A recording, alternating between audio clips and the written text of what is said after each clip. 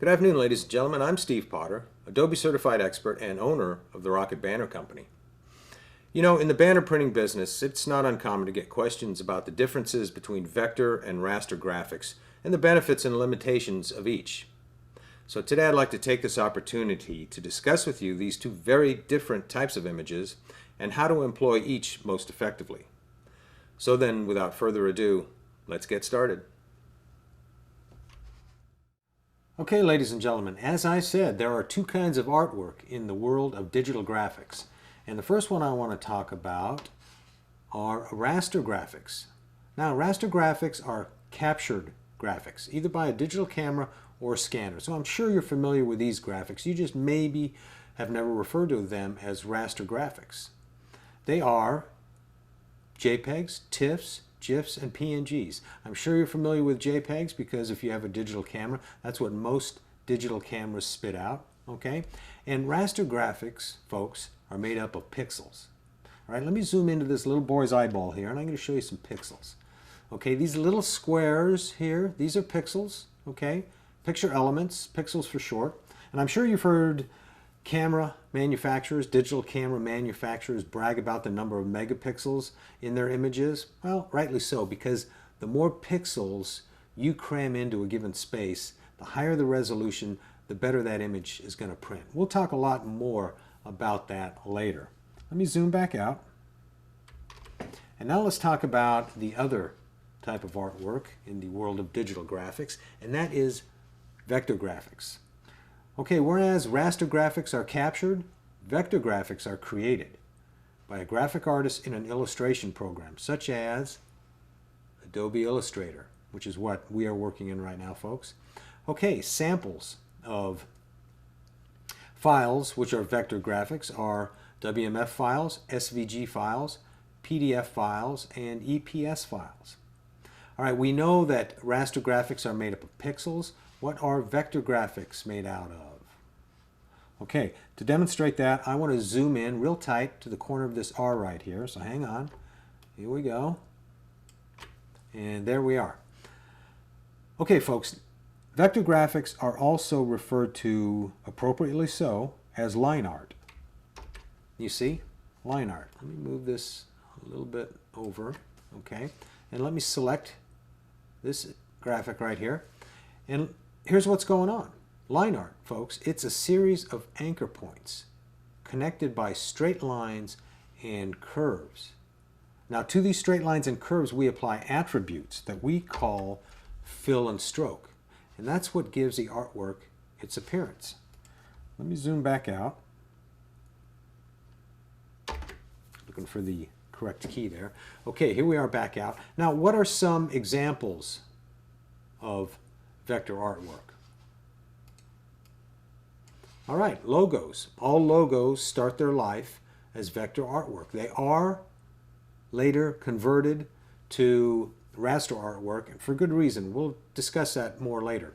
Typography, also vector artwork. Clip art, vector artwork. Even complex illustrations are vector artwork. And someone really went to town making this. Let me zoom into this pumpkin here.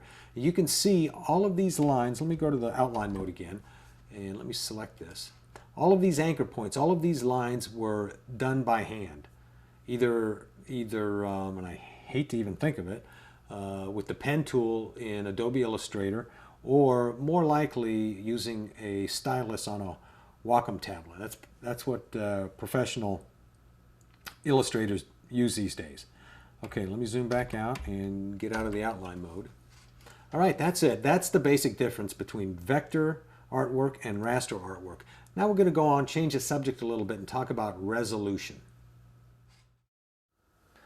Okay, ladies and gentlemen, when discussing the differences between vector and raster graphics, the topic of resolution has always got to be a part of the conversation.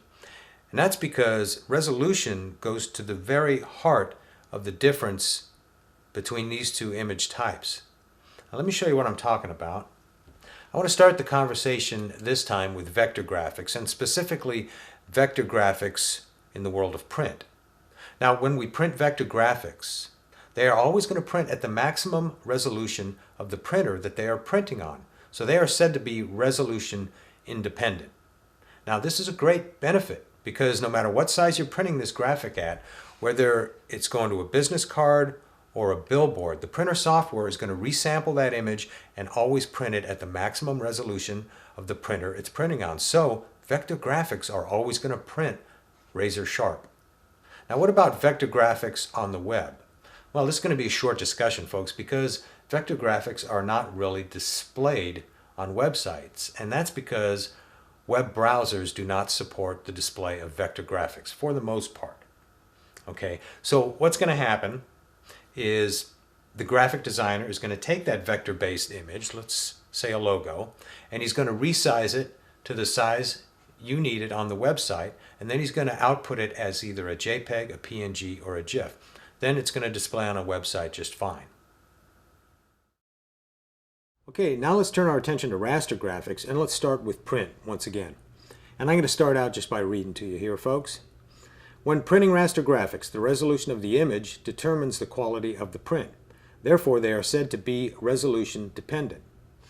In other words, the more pixels you cram into a given space, the better the result. Now, I want to discuss that further by opening Photoshop and going to the image size dialog box.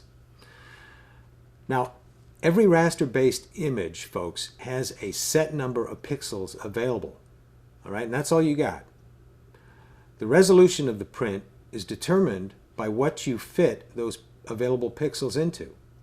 In this case, we're fitting 200 by 139 pixels into a 2-inch by 1.39 inch space, which gives us a resolution of 100 pixels per inch. So what if 2 inches by 1.39 inches isn't good enough for you? What if you want to print it at 4 inches? Well, you can do so. I'll show you here. But you're going to be lowering the effective resolution. All right, now you can choose to resample the image, but as the tooltip says, you're interpolating the pixel information. You can add pixels to it, but you're always going to give up detail.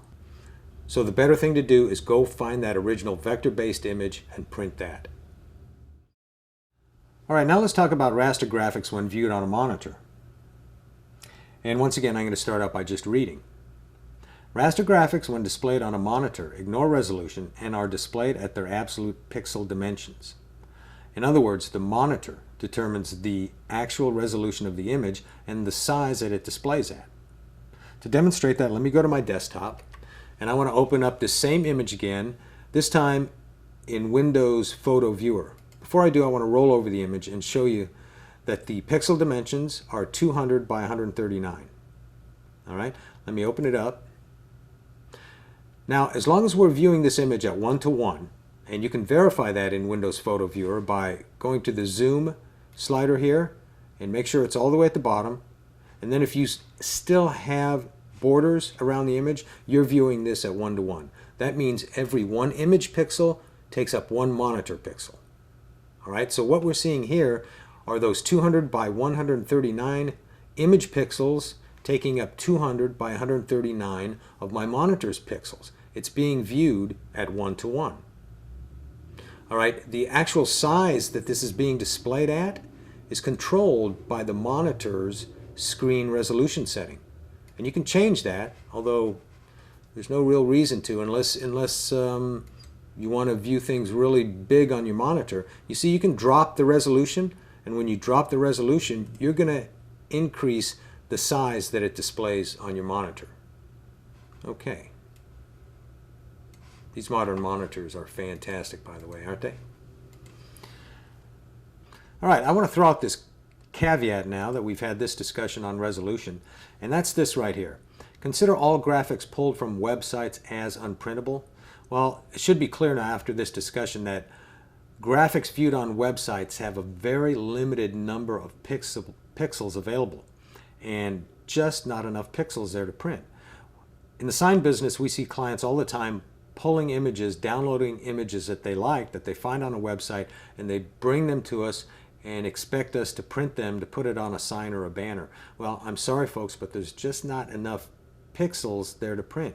You got to find the original vector graphic, resize it, or bring the original vector graphic for a print. That's the best way to go.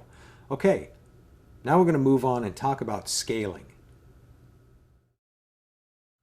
Okay folks, let's turn our attention now to scaling, or resizing if you prefer. Now scaling is where Vector is really king. It's where vector graphics really shine, where they really come into their own. And I'm going to demonstrate by selecting my logo here, and I'm going to scale it up. And as I do so, what's happening here is Adobe Illustrator is mathematically resampling this to the size that I'm asking it to do so. And if I export this to a printer, as we talked about in the topic on resolution, it's going to print at the maximum resolution of that printer. So a vector graphic is always going to print razor sharp. Once again, a great benefit. Let me make that small again and deselect it. Now what about raster graphics? Well, not so much so with raster graphics. Now you can scale them down and get away with it. That'll work just fine. But if you scale them up without resampling them, what's going to happen is you're just going to make bigger and bigger pixels. And once you cross a certain line, those pixels are going to get really big and really ugly, and they're going to show up, and it's just not going to work out. Now I alluded to resampling just a second ago, a raster graphic, and you can do that if you have professional software like Adobe Photoshop. But what Photoshop is going to do, it's going to try and create information where there isn't any. It's going to interpolate, in other words, and the results are sometimes dubious because it's going to be adding pixels where it doesn't really have the information that it needs. I mean, can you imagine it trying to redraw this rocket right here? Ugh. So the better thing to do, folks, is to go back to the original vector graphic and resize it to the size you need, the pixel dimensions that you need on the web, and then export it as a PNG, a GIF, or a JPEG. So, I also want to point out, folks, if you have the vector graphic available and you're going to print, always try and use that because you don't have to worry anything about resolution. Once again, vector graphics, resolution independent. So you can scale it up, scale it down, do whatever you want. Always going to print at the maximum resolution of the printer it's printing on. Okay. On to our last topic, folks. I know this has been a long lesson. Thanks for bearing with me. Okay, folks, the final topic is going to be converting images. That is to say, raster to vector and vice versa. All right, let's take a look first at converting raster images to vector images. And inside of that, let's look at photographs first.